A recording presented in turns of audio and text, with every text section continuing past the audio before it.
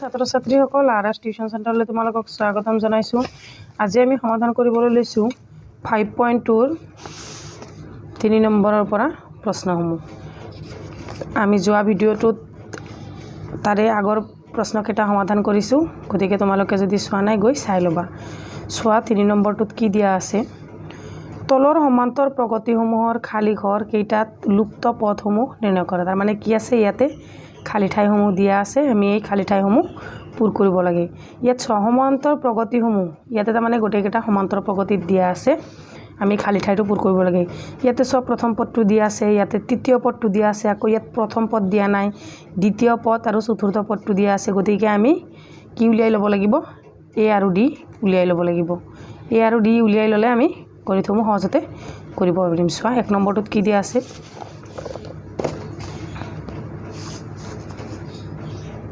Five point tour 3 1 নম্বৰটো দিয়া আছে কি 2 খালী ঠাই 26। ইয়াত চোৱা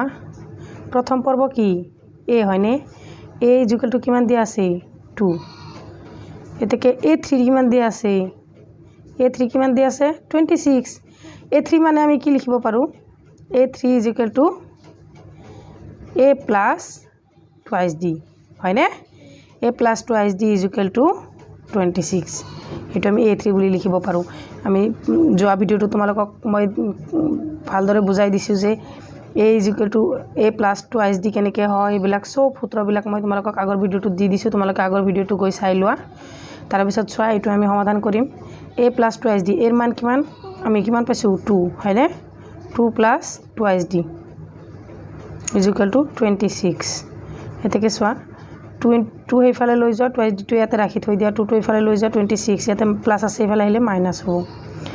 2 ডিৰ লগত 3 হৈ আছে, 2 এইফালে লৈ যোৱা, ডিভাইড হ'ব। 26ৰ পৰা 2 গ'লে 24, ইয়াতে 2 ডিভাইড হ'ল। 2ৰে আমি 24ক 12 বাৰ কাটিব পাৰোঁ। গতিকে আমাৰ কি ওলাল, এতেকে ডি ইজুকেলটো কিমান ওলাল আমাৰ 12। এতেকে ডিৰ মানটো আমি ধুনীয়াকৈ উলিয়াই লৈছোঁ। এতেকে ডিৰ মান উলিয়াই ল'লে আমাৰ উলিয়াব দিছে কি, ইয়াতে চোৱা এ দিয়া আছে আৰু A1 আৰু A3 দিয়া আছে, গতিকে এইটো আমি উলিয়াব লাগে। এইটো মানে কি আছিল সূত্ৰটো, আমি পাইছিলোঁ নে A2 equal to A plus D, A3 equal to A plus twice D, A4 equal to A plus thrice D, A5 equal to, তাৰ মানে কি যে এই এৰ মান যিমান থাকে তাৰেকৈ তাৰ পৰা একটা মাইনাছ কৰি ডিৰ লগত ইনটু কৰিলেই আমাৰ সূত্ৰটো হৈ যাব। গতিকে এইখিনি মনত ৰাখিবা। চোৱা ইয়াতে আমাৰ উলিয়াব দিছে কি, ইয়াতে উলিয়াব দিছে A2, গতিকে আমি বহাই ল'ম। গতিকে A2 ইজুকেল টু কিমান A plus D, A plus D, এৰ মান পাইছোঁ 5, ডিৰ মান পাইছোঁ 12, চৰি এৰ মান পাইছোঁ 2 আৰু 12 14। এতেকে লিখি দিয়া, খালী ঠাইটো পূৰ কৰি দিয়া। প্ৰথমতে দিয়া আছে 2, খালী ঠাইটোত হ'ব 14 আৰু 26। তাৰে পিছৰ প্ৰশ্নটো কি দিছে চোৱা, তাৰে 1 নম্বৰটো হ'ল, 2 নম্বৰটোত দিছে A1 দিয়া নাই, A2 দিছে, A3 দিয়া নাই, A4 দিছে। গতিকে আমি ডিৰ মানটো উলিয়াই ল'ম আগৰ নিচিনাকৈ। আচ্ছা 3ৰ 2 নম্বৰটো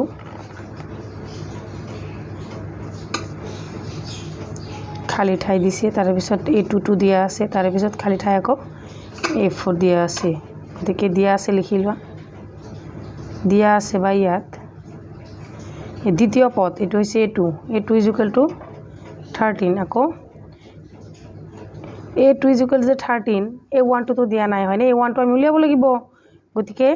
A2 ইজুকেল টু কি আছিল আমাৰ সূত্ৰটো, A plus D equal to কিমান 13 হয়নে নহয়, এইটো তুমি 1 নম্বৰ সমীকৰণ দিয়া। আকৌ আৰু কি দিয়া আছে, A4 দিয়া আছে 3, আৰু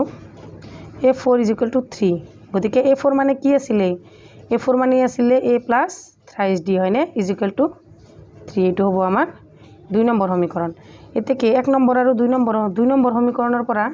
1 নম্বৰ সমীকৰণটো মাইনাছ কৰি দিলে আমাৰ ডিৰ মানটো ওলাই যাব। চোৱা 2 নম্বৰ সমীকৰণটো কি, A plus thrice D equal to minus A plus D, A plus D equal to 3 minus কিমান আছে ইয়াতে 13 ইয়াতে চোৱা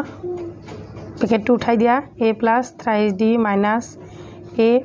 plus a minus a minus d equal to 13 ৰ পৰা 3 গ'লে মাইনাছ 10 চোৱা যেহেতু ডাঙৰটোৰ আগত মাইনাছ আছে গতিকে আমি মাইনাছ কৰিলে কিমান হ'ব আমাৰ ইয়াতে 10 টো মাইনাছ হ'ব হয়নে চোৱা a plus a minus a cancel এটা d মাইনাছ আছে তিনিটা d জমা আছে তেতিয়াহ'লে টুৱাইছ d হ'ব চোৱা তিনিটা d জমা আছে এটা d মাইনাছ আছে গতিকে ইয়াতে হ'ব twice d equal to minus 10 2 টো ইফালে লৈ যোৱা d টো ৰাখি থৈ দিয়া মাইনাছ 10/2 2 ৰে 10 ক 5 বাৰ কাটিব মানে মাইনাছ 5 এতেকে d ইকুৱেল টু কিমান ওলাল d ইকুৱেল টু মাইনাছ 5 ওলাল আমাক কি দিয়া নাই a 1 টো দিয়া নাই হয়নে গতিকে d ওলাল আমাৰ মাইনাছ 5 এতেকে d ৰ মান এতেকে d ৰ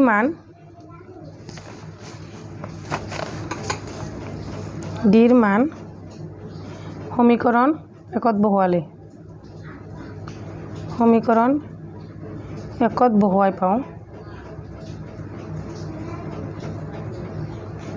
বহুৱাই পাওঁ এক নম্বৰ সমীকৰণটো কি আছিলে a plus d equal to 13 হয়নে d ৰ মান এক নম্বৰ সমীকৰণত বহুৱালেহে আমি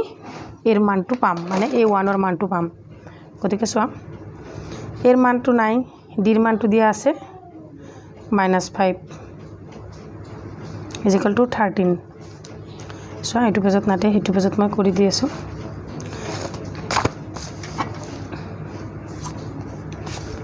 চোৱা a প্লাছ d ৰ মান আছিল মাইনাছ 5 ইকুৱেল টু হৈছে 13 গতিকে এইটো ৰাখি থৈ দিয়া মাইনাছ ইয়াতে মাইনাছ 5 টো এইফালে লৈ যোৱা কি হ'ব প্লাছ 5 ইয়াতে মাইনাছে প্লাছে মাইনাছে হ'ব ইয়াতে প্লাছ 5 হ'ব এতেকে a ইকুৱেল টু কিমান হ'ব 18 এৰ মান আমি 18 পালো এতেকে আমাৰ আৰু কিহৰ মান দিয়া নাই চোৱা এৰ মান ওলাল a টুৰ মান ওলাল a3 ৰ মান আমি উলিয়াব লাগে গতিকে চোৱা এতেকে a3 ইকুৱেল টু কি আছিল সূত্ৰমতে a প্লাছ টুৱাইছ d হয়নে এতেকে চোৱা এৰ মানটো আমি কিমান পালো 18 2 ইনটু d ৰ মান কিমান পাইছো d ৰ মান পাইছো আমি মাইনাছ 5 গতিকে 18 plus A minus A minus 2 into 5 10 equal to 8 এতেকে আমি কিমান পালো 8 পালো হয়নে আমি a3 ৰ মান পালো সৰি a4 হয় a3 ৰ মান পালো 8 এতেকে মান কেটা বহাই দিয়া খালি ঠাই প্ৰথমটোত হ'ব এৰ মানটো কিমান পাইছো 18 তাৰ পিছত a2 ৰ মানটো দিয়াই আছে কিমান 13 তাৰ পিছত a3 ৰ মান আমি কিমান পালো 8 আৰু a4 টো দিয়া আছে এটো হৈছে আমাৰ সমাধান তাৰ পিছত 3 নম্বৰটোত কি দিয়া আছে চোৱা 3 নম্বৰটোত চোৱা a2 দিয়া আছে a1 a2 আৰু a3 দিয়া নাই আকৌ a4 দিয়া আছে গতিকে আমি d ৰ মানটো উলিয়াই লম প্ৰথমতে চোৱা সৰি 3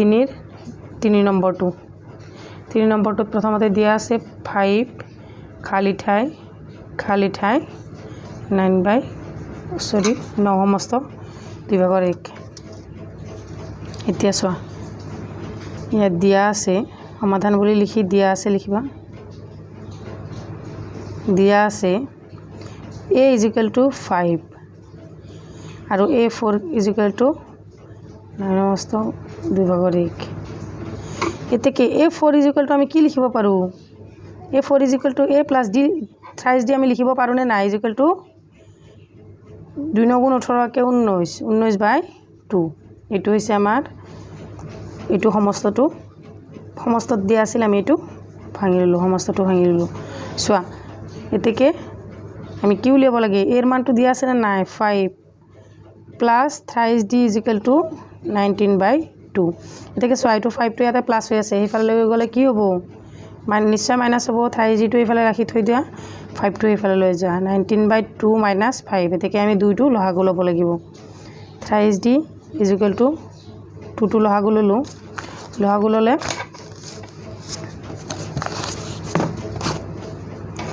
ইয়াতে আছে 19 minus 2 into 5 10 thrice d equal to 9/2 হয়নে আমাক উলিয়াব লাগে ডি 3 টো ডিৰ লগত কি হৈছে ইনটু হৈছে ইফালে গলে ডিভাইড হ'ব ডিভাইড হলে তলত আহি পূৰণ হ'ব ইয়াতে 9 3 3 * 9 এতেকে d = হ'ব 3/2 ঠিক আছে এতেকে যেহেতু আমার ডির মান ওলাল আমাক কি দিয়া আছে খালি ঠাইত কি দিয়া আছে খালি ঠাই এটা আছে a2 আৰু a3 গতিকে আমি এতেকে লিখিম এতেকে a2 = a + d হয় না নহয় কে এর মান পাইছো আমি 5 প্লাস ডির মান 3/2 গতিকে আমি লহগ লব লাগিব 2 * 5 10 + 3 গতিকে 13/2 13/2 আমি কি লিখিব পাৰো চোন 2 ৰে 13 ক হৰণ কৰিলে কেইবাৰ যাব 6 বাৰ যাব হয়নে 6 × 2 = 12 গতিকে কিমান হ'ব 6 সমস্ত 2 ভাগৰ 1 এটো হ'ব এটোৰ মান আকৌ a3 = a3 মানো দিয়া নাই a3 = a + twice d সোয়া এর মানটো কিমান পাইছো আমি 5 twice d 2 * d এর মান কিমান পাইছো 3/2 2 আৰু 2 এটো উপৰত হলে আমি ক্যান্সেল কৰি দিব পাৰো গতিকে ইয়াত থাকিলে 5 + 3 = 8 এতেকে লিখি দিয়া হেখত এটো লাইন লিখি দিবা এতেকে a = 5 a2 = 6 সমস্ত 2 ভাগৰ 1 তাৰ পিছত a3 হৈছে 8 আৰু a4 হৈছে 9 সমস্ত 2 ভাগৰ 1 গম পাইছানে এইটোৱে আমাৰ এনসাৰ আৰু আছে সোয়া 4 নম্বৰটো সোয়া কি দিয়া আছে 4 নম্বৰটোত দিয়া আছে -4 a2 দিয়া নাই a3 দিয়া নাই a4 দিয়া নাই a5 দিয়া নাই আৰু a6 দিয়া আছে 6 একেটা প্ৰসেসতে হ'ব সোয়া একেবাৰে সহজ 3 4 নম্বৰটো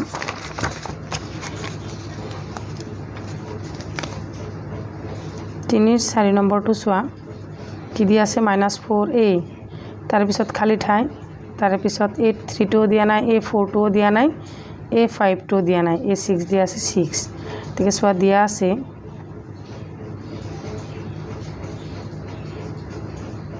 আছে a = 4 আৰু a6 = 6 এটাকে আমি a6 মানে কি লিখিব পাৰো a6 = a + 5d লিখিব পাৰো নে নাই = 6 হয় না এতিয়া সমাধান কৰা এর মান দিয়া আছে 4 + 5d = 6 4 টো ইয়াতে প্লাস হৈ আছে ইফালে লৈ যোৱা 5d টো ৰাখি থৈ দিয়া 6 ইয়াতে প্লাস আছে ইফালে মাইনাস হ'ব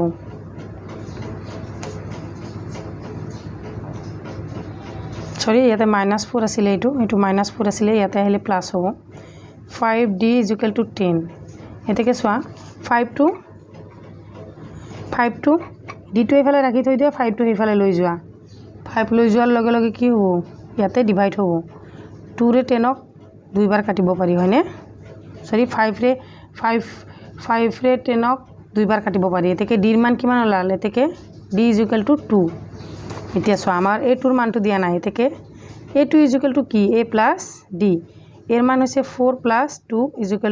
6 আকৌ a3 = a + twice d এর মান হৈছে 4 + 2 * d এর মান হৈছে 2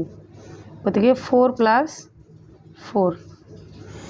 এক মিনিট সরি ইয়াতে ভুল হল ইয়াতে এর মানটো -4 হলে ইয়াতে 2 হ'ব হয়নে ইয়াতেও -4 হলে -4 + +4 = 0 আকৌ a4 = a + thrice d হ'ব এর মান হৈছে -4 + 3 * 2 4 -4 + 6 = 2 + 2 আকৌ আৰু এটা আছে a5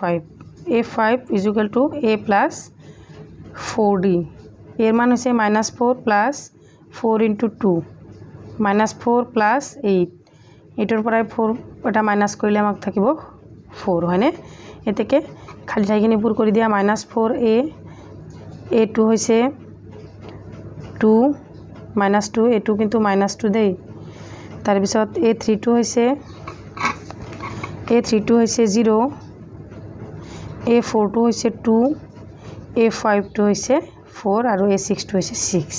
গম পাইছানে এটো -2 সবা এটো যেহেতু a + d হৈছে এর মান আছে -4 -4 ৰ পৰা +2 এটা গলে কি থাকিব -2 থাকি যাব বুজি পাইছানে সোয়া এটো হৈছে আমাৰ 3 4 নম্বৰ প্ৰশ্ন তাৰপিছত চোৱা 3ৰ 5 নম্বৰ প্ৰশ্নটো কি দিয়া আছে প্ৰথম পদটো দিয়া নাই দ্বিতীয় পদটো দিয়া আছে তৃতীয় চতুৰ্থ পঞ্চম পদ দিয়া নাই ষষ্ঠ পদ দিয়া আছে গতিকে আগৰটোৰ নিচিনাই আমি কৰিম ইয়াতে চোৱা প্ৰথম পদটো যেহেতু দিয়া নাই এইটো আমি নাম্বাৰ কৰিব লাগিব সমীকৰণ 1 2 বনাই ল'ব লাগিব চোৱা 5 নম্বৰটো 3ৰ দিয়া খালি ঠাই আছে প্ৰথমটো খালি ঠাই দিয়া আছে তাৰে পিছত দ্বিতীয়টো দিয়া আছে 38 তাৰে পিছৰ পদটো খালি আছে তাৰে পিছৰ পদটো খালি আছে ইয়াৰ পিছৰ পদটো খালি আছে তাৰে পিছত আছে -22 গতিকে দিয়া আছে চোৱা দিয়া আছে a2 = 38 গতিকে a2 মানে আমি কি লিখিব পাৰোঁ a2 = a + d = 38 হয়নে এইটো আমি লিখিব পাৰোঁ এইটো দিয়া 1 নম্বৰ সমীকৰণ চোৱা এইটো 1 নম্বৰ সমীকৰণটো দিলোৱা কি যেহেতু a = a + d = কি 38 তাৰে পিছত কি দিয়া আছে a 1 2 3 4 5 সরি a6 = কি লিখিব পাৰোঁ আমি a6 কি দিয়া আছে -22 a6 মানে আমি কি লিখিব পাৰোঁ a6 = a + 5d লিখিব পাৰোঁ নে নাই = -22 এইটো লিখা 2 নম্বৰ সমীকৰণ এতেকে 1 নম্বৰ 2 নম্বৰ সমীকৰণৰ পৰা 1 নম্বৰ সমীকৰণটো মাইনাস কৰা আগতে যেটো দিয়া আছে হেতু আগতে লিখিবা আগতে আগৰখিনি লিখি লবা তাৰ পিছত সমান চিহ্নৰ পিছৰখিনি পিছত লিখিম সো 2 নম্বৰটোত কি দিয়া আছে a + 5d